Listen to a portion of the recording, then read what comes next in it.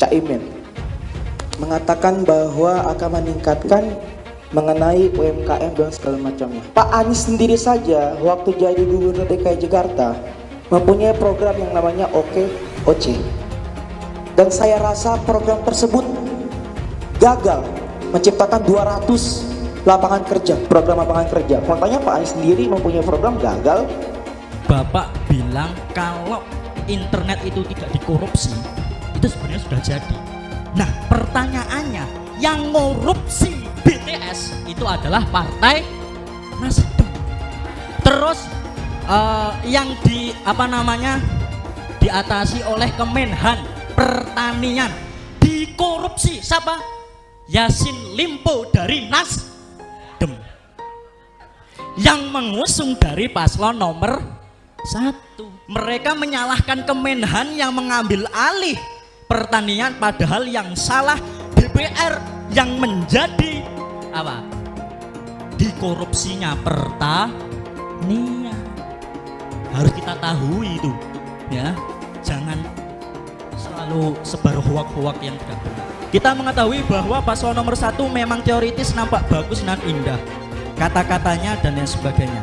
Tetapi kita tahu di DKI OKOC tidak berjalan.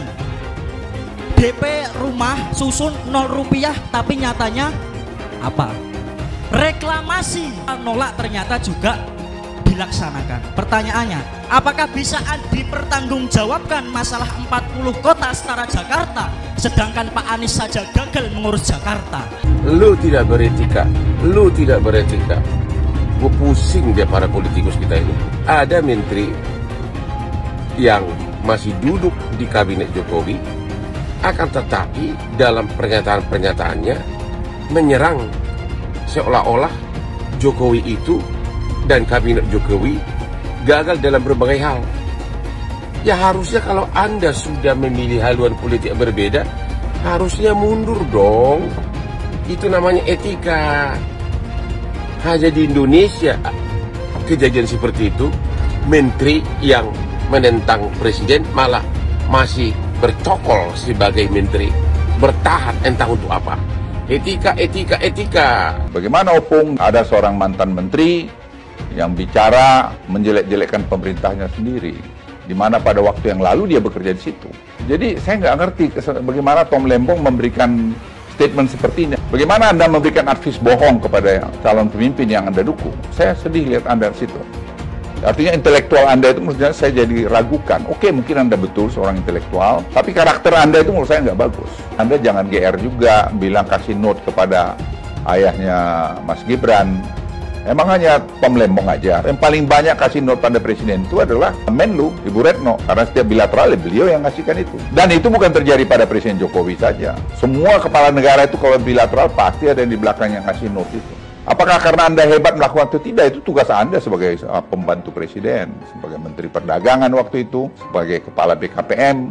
Tapi Anda harus refleksi juga, apa sih yang Anda lakukan sudah Menteri Perdagangan? Coba tanya dirimu. Waktu Anda BKPM, apa yang Anda lakukan? Coba. Saya ingat betul itu, bagaimana Anda curhat ke saya. Tapi itu kan sampai Anda meninggalkan kabinet, tidak pernah selesai. Sekarang kami yang menyelesaikan itu. Online single submission itu, yang sudah digadang-gadang bakal selesai begini, begono, dan segala macam itu. Menurut saya, etis ini menarik sekali. Boleh nggak saya balik pertanyaan ini kepada bapak-bapak yang duduk di sini? Jadi dari kemarin ketika Prof. Mahfud mengkritik food estate, mengkritik soal hukum, yang dimana beliau adalah Menko Polhukamnya, beliau adalah pembantu presiden, beliau adalah bagian dari pemerintahan tersebut. Apakah itu etis? Gus Muhaimin adalah Ketua Umum Partai Kebangkitan Bangsa PKB, adalah bagian dari pemerintahan saat ini. Gus Muhaimin mengkritik pemerintahan saat ini, masih menjadi bagian dari pemerintahan saat ini. Pak Tom Lembong ketika itu adalah menterinya Pak Jokowi, sekarang menyerang Pak Jokowi, mengatakan bicara soal contekan segala macam. Apakah itu etis? Dan satu lagi yang terakhir, Pak Anies dalam debat pertama dan debat ketiga, Pak Anies ketika diberhentikan oleh Presiden Jokowi sebagai menteri, yang menolong, yang mensupport, yang menjadikan Pak Anies Gubernur DKI Jakarta namanya Bapak Prabowo Subianto. Pak Anies menyerang, membabi buta Pak Prabowo dalam debat pertama dan debat ketiga. Apakah itu etis? Mas Anies gak usah takut, disebut aja angkanya berapa gitu loh. 11 Mas, dari 100. Kita menyaksikan Gus Imin menjaga marwah debat. Gus Imin menyampaikan substansi. Tidak perlu banyak atraksi, karena memang substansinya udah bagus. Kalau substansinya lemah, Nah baru atraksi itu dipakai untuk nutupin kelemahannya. Bapak semalam ini Gus Imin nilainya berapa? Iya, kemarin pelukan sama Apa? Gus Imin. Nilainya berapa?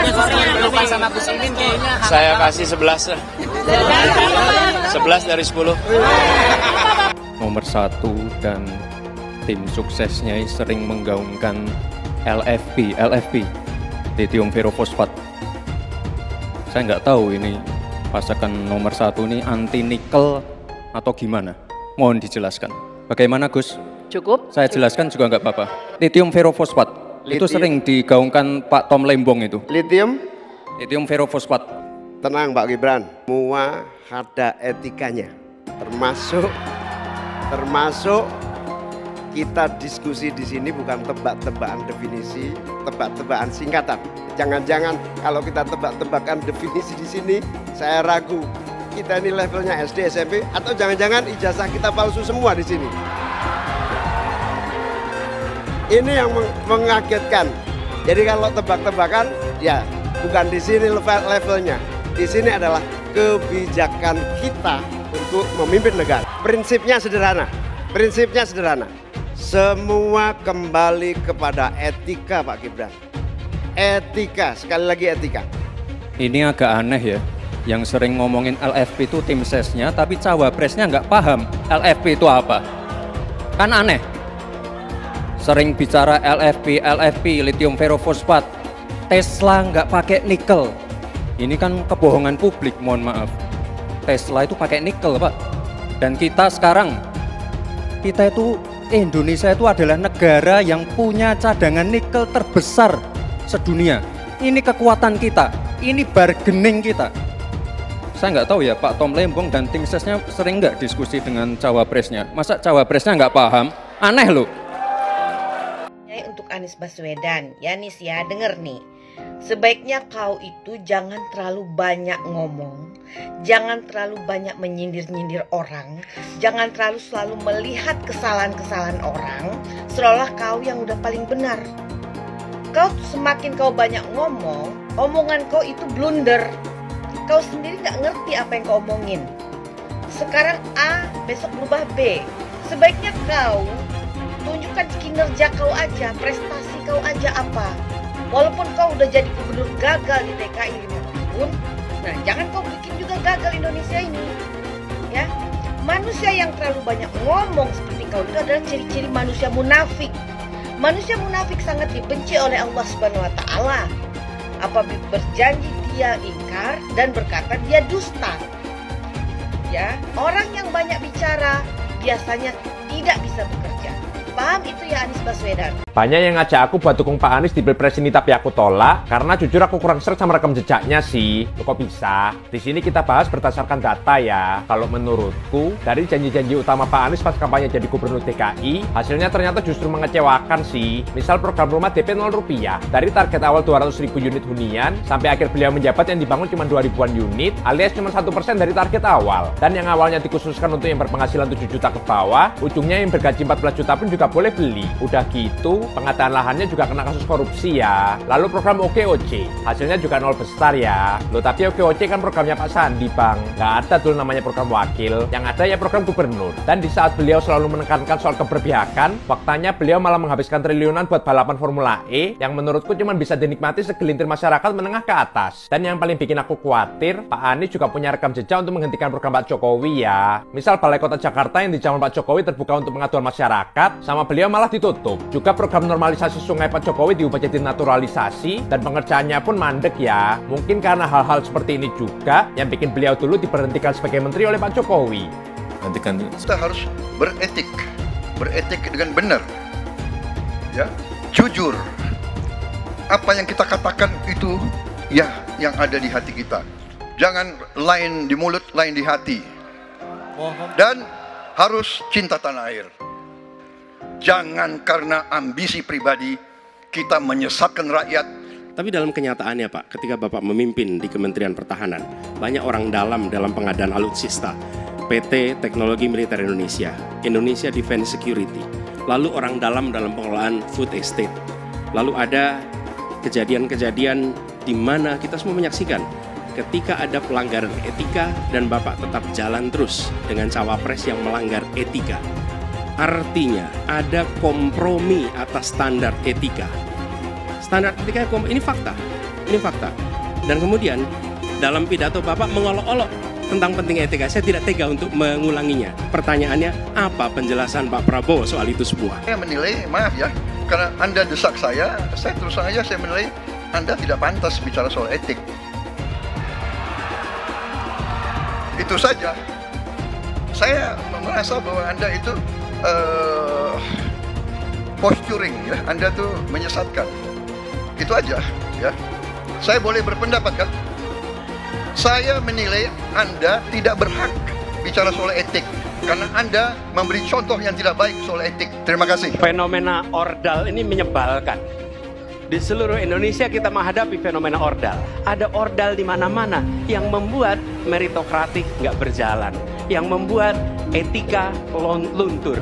Dan ketika fenomena ordal itu bukan hanya di masyarakat, tapi di proses yang paling puncak terjadi ordal, maka rakyat kebanyakan, dan ini saya rasakan beberapa waktu yang lalu, beberapa orang guru berjumpa dengan saya dan mereka mengatakan, Pak, di tempat kami pengangkatan guru-guru itu mendasarkan ordal.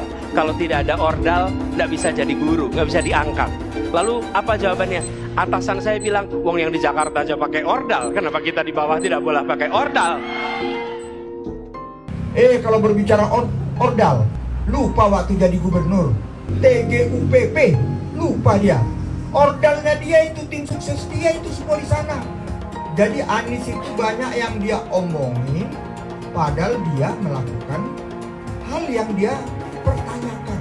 Jangan banyak janji di antara masyarakat hari ini. Tadi pertanyaan, jangan banyak janji. Saya ingin komentari dulu soal jangan banyak janji. Sebenarnya bagi masyarakat hari ini jangan melarang untuk punya banyak janji. Tapi bilang begini, silahkan ada janji yang banyak. Kami akan catat janjimu dan kami akan tagih janjimu. Gitu. Loh, kalau Anda melarang kami janji banyak, rugi Anda.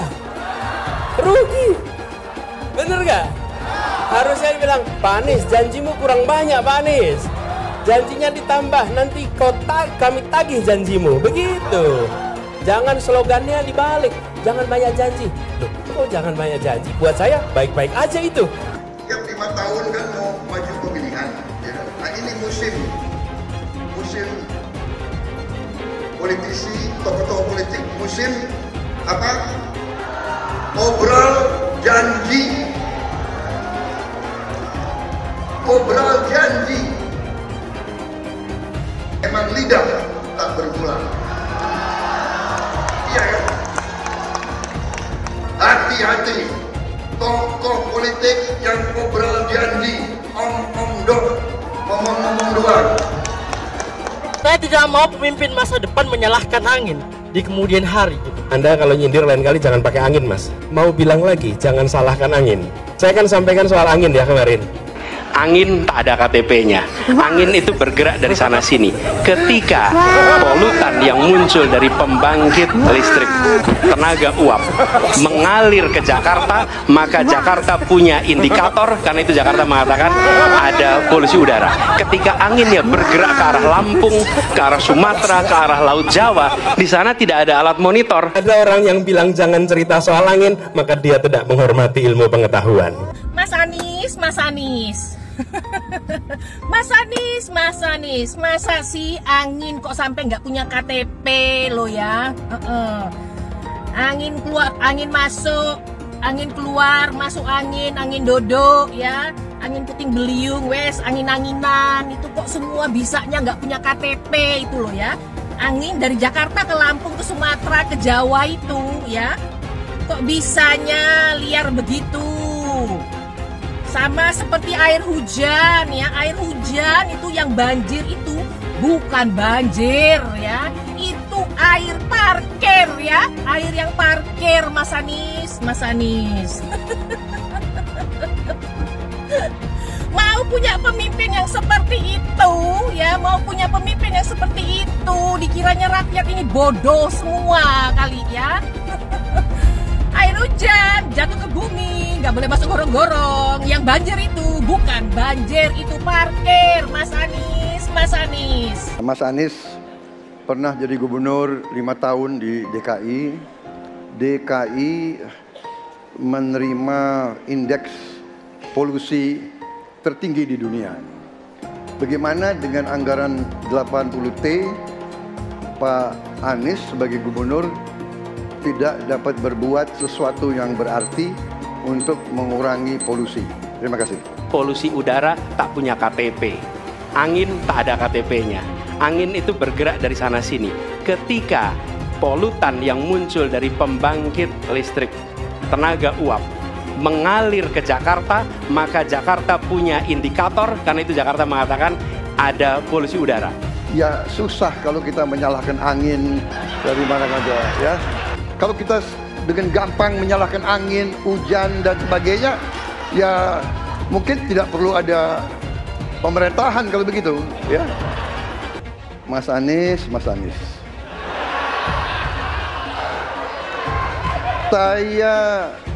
Saya berpendapat Mas Anies ini agak berlebihan.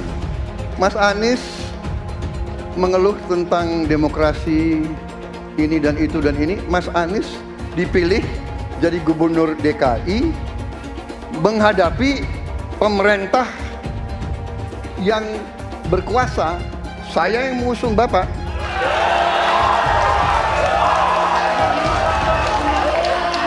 Kalau demokrasi kita tidak berjalan, tidak mungkin Anda jadi gubernur.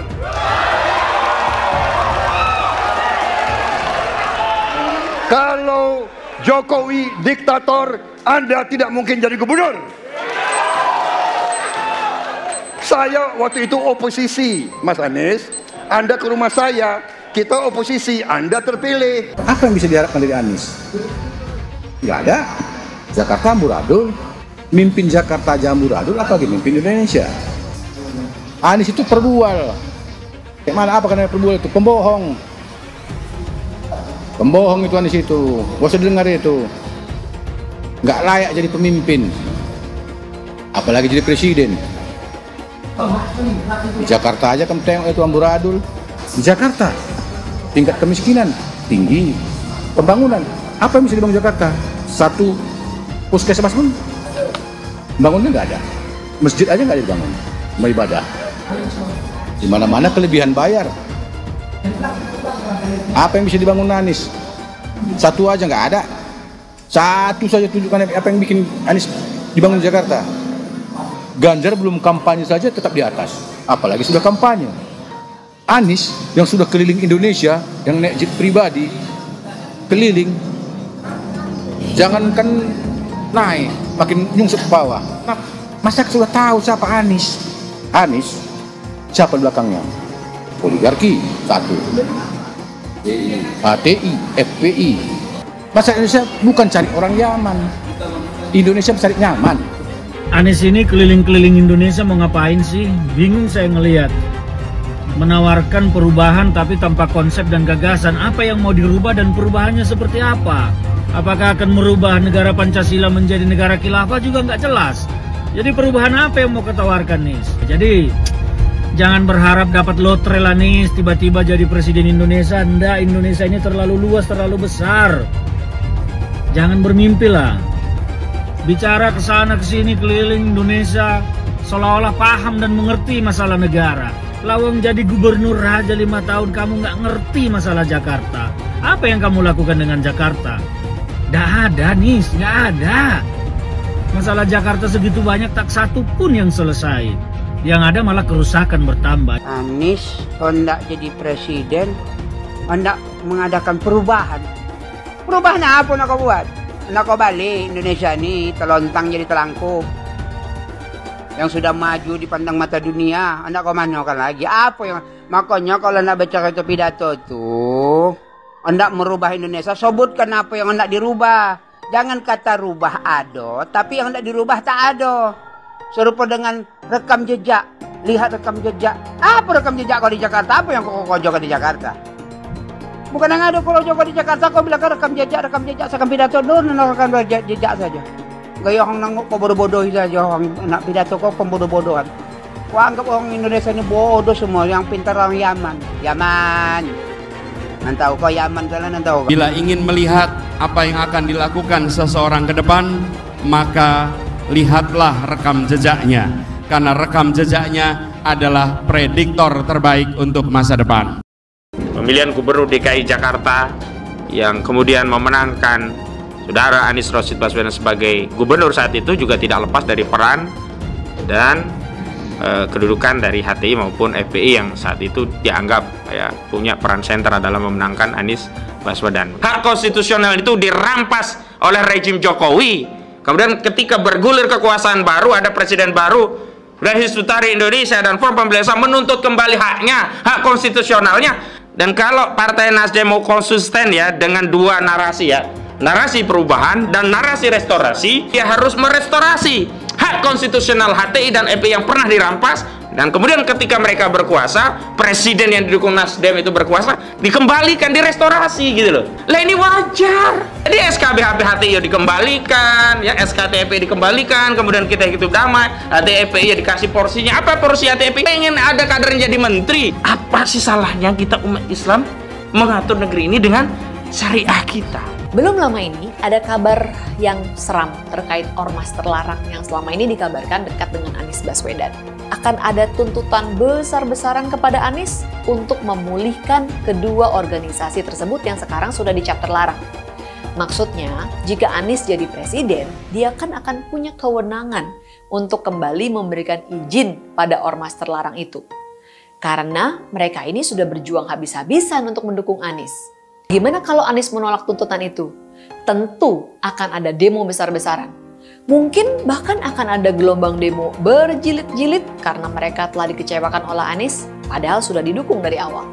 Ini mengingatkan kita pada fakta bahwa dua ormas ini dulu juga getol mendukung Anies pada Pilgub Jakarta 2017 yang lalu.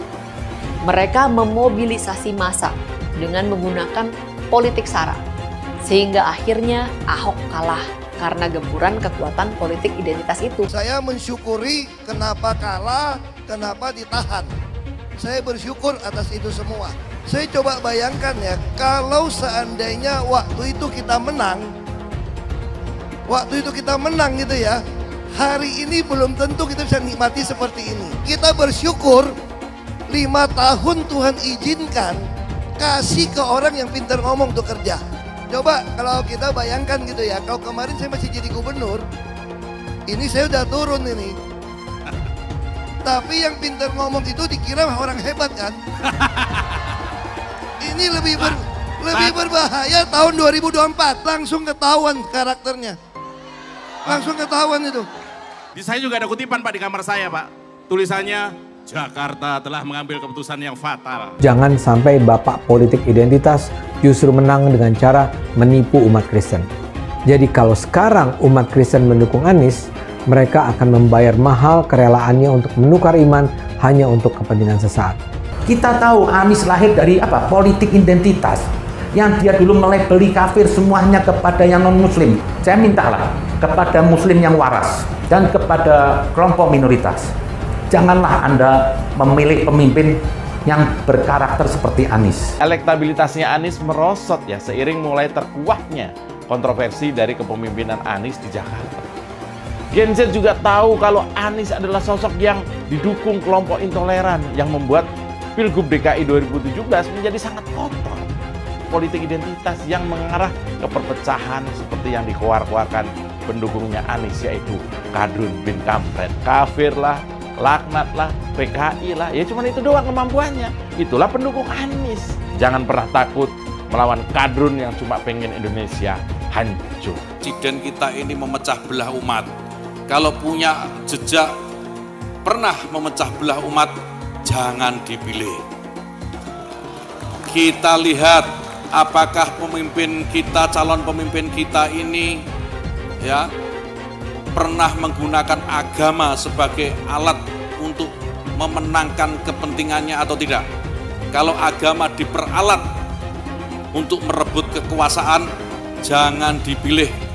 Sekali lagi, kalau ada calon pemimpin yang punya rekam jejak memperalat agama untuk kepentingan politiknya, jangan dipilih. Maka kalian pendukung saya, haram hukum yang membawa isu sara, haram hukum.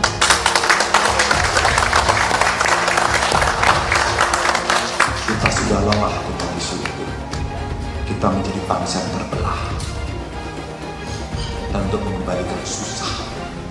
Bapak Politik Identitas Indonesia Anies Baswedan, Bapak Intoleransi Indonesia Anies Baswedan, jangan lupakan, jangan terlena, jangan sampai dia pecahkan kita dengan dagangan ayat dan mayatnya. Air itu turun dari langit, turunnya ke atap rumah langsung sumur bor, bukan ke sungai dan ke laut. Saya ingatkan, jangan ada lagi politik identitas. Jangan ada lagi politisasi agama. Penjajahan di depan mata itu di Jakarta. Kita semua pribumi ditindas, kini saatnya kita menjadi tuan rumah di negeri sendiri. Saya bilang, Nis, ente nggak bisa jadi presiden. Kenapa? Karena presiden adalah orang Indonesia asli, saya bilang. PKI yang kita harapkan, Anies Baswedan yang begitu jelas Islamnya, 4 tahun 8 bulan jadi gubernur. Mana peraturan pergub saja yang melarang migrasi? Mana perda Islam apalagi? Yang akhirnya tidak berani juga menegakkan hukum Islam. Banjir tetap banjir, macet tetap macet, kriminalitas Jakarta. Anda tahu, 2 menit sekali terjadi pencurian. Sekarang orang sedang euforia, dia mau dicapreskan. Bagaimana umat terjebak lagi, bodoh lagi, masuk lagi. Kalau misalnya memang Anies itu mau maju dan dia tekad mau menegakkan hukum Islam dan menyatakan perlawanan, saya peduli. Tapi dia tidak lakukan itu. Jangan hanya konsentrasi pada pembangunan benda-benda mati yang indah difoto dan bisa ditunjukkan dalam 5 tahun hasilnya. Kalau kita mau menilai sebuah janji, maka lihat janjinya, lalu lihat kenyataannya. Dulu janjinya apa ya? Dan ini aneh, betul-betul aneh.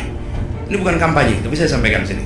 Di satu sisi menyiapkan jalur-jalur air untuk dikirim ke laut, di sisi lain di lautnya dipasang dengan pulau reklamasi, tinggal tunggu waktu jadi rob, air balik. Dan ini melawan sunnatullah. Kenapa? Air itu turun dari langit ke bumi, bukan ke laut. Harusnya dimasukkan ke dalam bumi, masukkan tanah. Di seluruh dunia air jatuh itu dimasukkan ke tanah, bukan dialirkan pakai gorong-gorong raksasa ke laut. Jakarta telah mengambil keputusan yang fatal.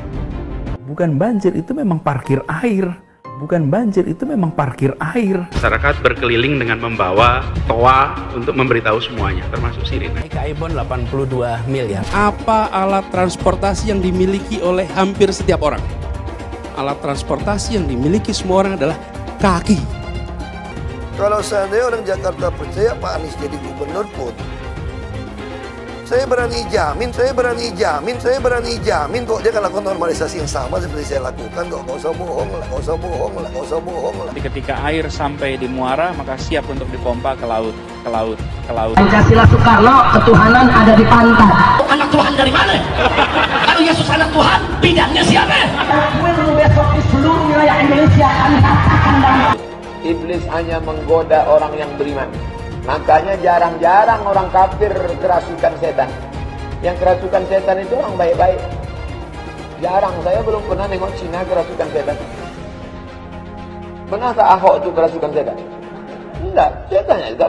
Karena sesama setan dilarang saling menggoda. Karena di salib itu ada jin kafir. Haleluya. Kepalanya ke kiri apa ke kanan?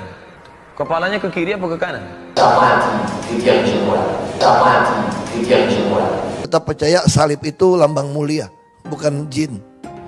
Kok ketawa? Aku nggak nyindir siapa-siapa loh. Saya nggak pernah mundur untuk kebenaran, keadilan, kejujuran, dan peri kemanusiaan. Gue nggak pernah mundur. Dan gue nggak pernah takut juga sama lu. Siapapun yang rasis, gue akan hadapin. Gue bilang.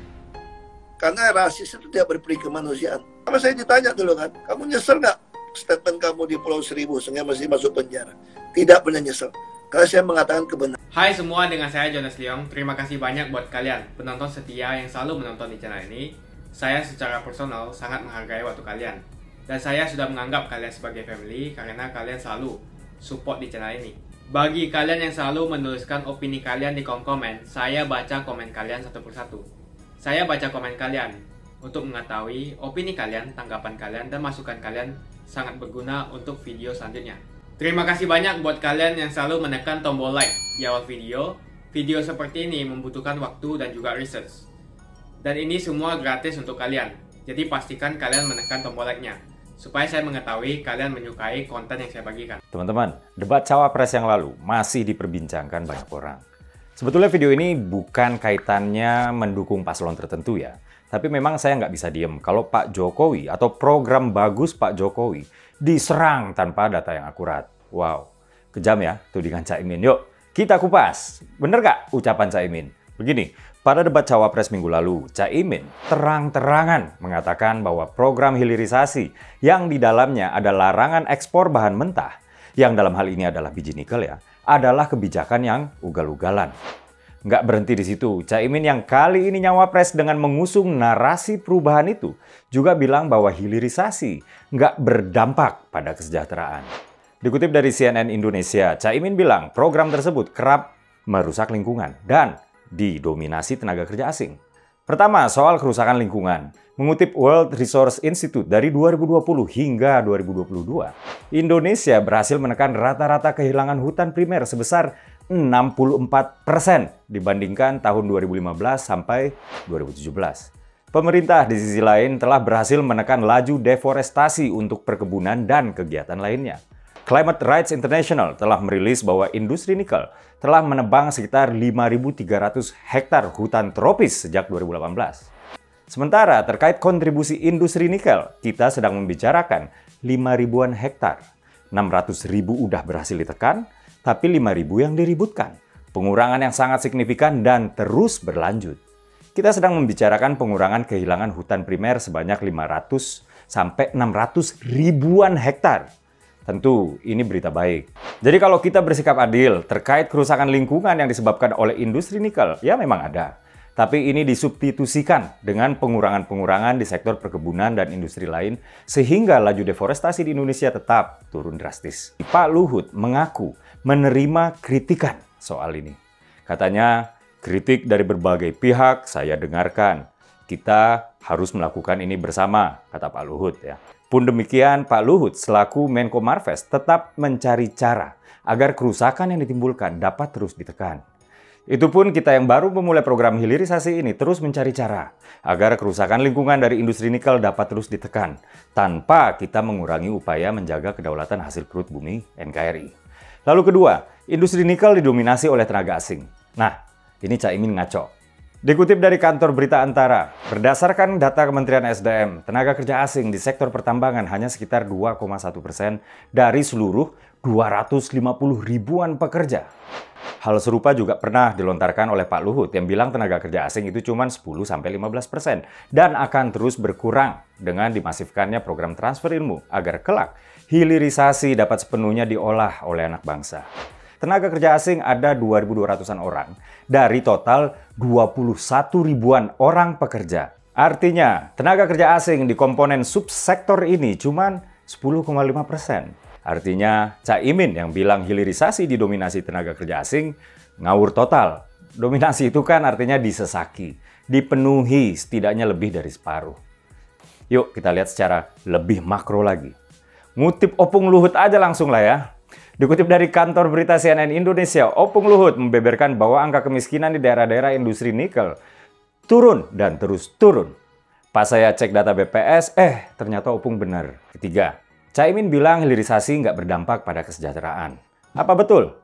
Pertama, jumlah tenaga kerja Indonesia yang tercatat bekerja di bidang olah murni mineral itu adalah 19 ribuan orang.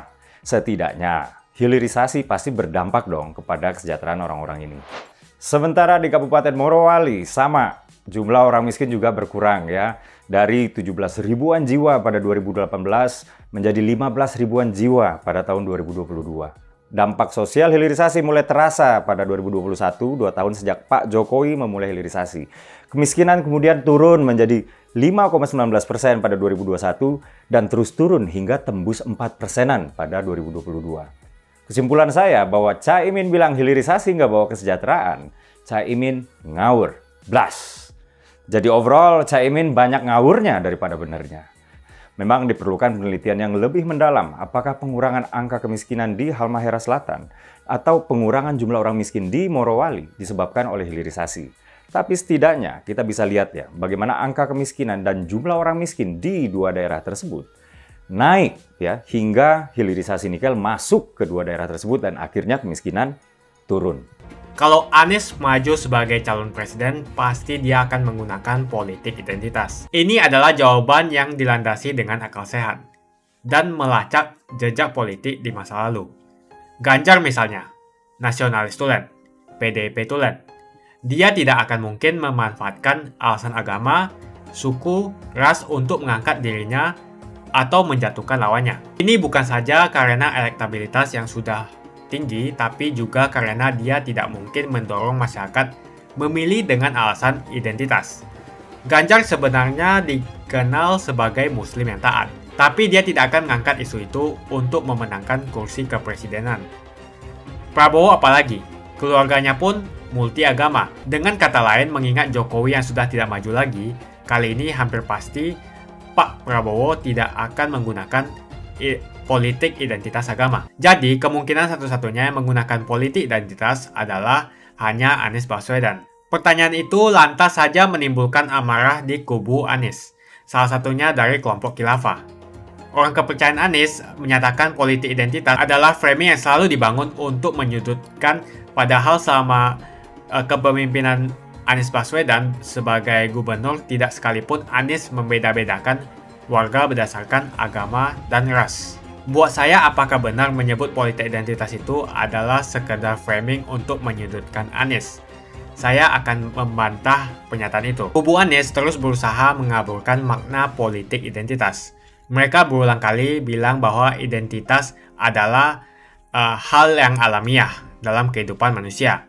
Jadi apa salahnya dengan menonjolkan identitas keislaman seorang calon presiden? Tapi saya yakin Anies tahu yang dimaksud dengan politik identitas adalah politik yang menggunakan agama sebagai alasan mengapa seorang kandidat harus dipilih atau mengapa seorang kandidat jangan dipilih. Politik identitas ini sangat berbahaya. Politik identitas membuat masyarakat menjadi tidak rasional dalam berpolitik. Yang menjadi faktor utama dalam politik identitas adalah agama. Seorang kandidat akan dipilih karena agamanya, terlepas dari apakah dia melakukan korupsi atau melakukan pelanggaran HAM.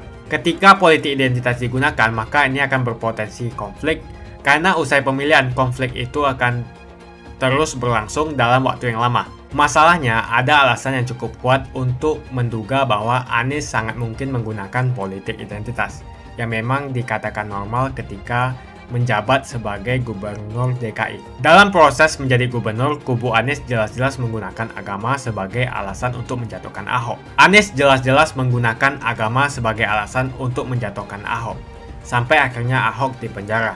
Jadi ada track record sebelumnya bahwa Anies bisa menggunakan politik identitas untuk mencapai tujuannya. Anies sangat mungkin menggunakan politik identitas karena ini memang keunggulan komparatif dari Anies. Dia mungkin saja seorang doktor dari Amerika Serikat, tapi rekam jejak kepemimpinannya sangat tidak bagus. Dia gagal sebagai rektor Paramadina, gagal sebagai menteri, dan gagal sebagai gubernur. Jadi agama digunakan untuk membangun dukungan terhadap Anies. Itu saja opini saya. Pastikan Anda menekan like di video ini dan bagikan video ini ke teman dan family Anda supaya mereka mengetahui informasi ini. Jangan lupa tekan tombol subscribe dan bunyikan tombol loncengnya supaya kamu tidak ketinggalan info dari channel Jonas Leong. Dan saya akan jumpa kalian di video selanjutnya.